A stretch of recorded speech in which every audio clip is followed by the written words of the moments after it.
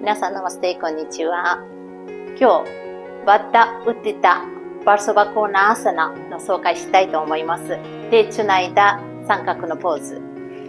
まず、足を大きく開きます。左の足を前の方に向けて、右の足はこのままにします。腰を前の方にします。この膝をかかとより前に行かないように気をつけましょう。で、手を伸ばして、このまま体を左の方に倒していきます。で、この上の手を下からこの手をつないでいきます。で、顔をできるだけ上の方にします。この肩も落ちないように上の方にぐーっと伸ばします。このまま keep 1, 2, 3, 4, 5, 6, 7, 8, 9, 10、はい。今度反対側も同じようにします。前の足を前の方で、この後ろの足はそのままにします。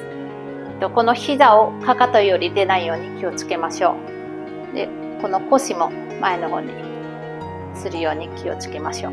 手を伸ばして、このまま体を倒していきます。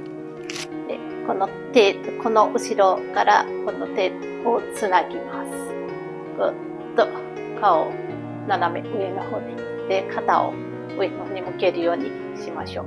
このまま keep 1, 2, 3, 4, 5, 6, 7, 8, 9, 10。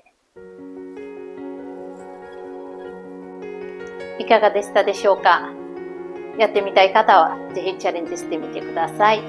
私のチャンネル登録まだの方はぜひ登録お願いします。あと他の動画もありますのでぜひ見ててください。どうも今日も素敵な一日になりますように。どうもありがとうございました。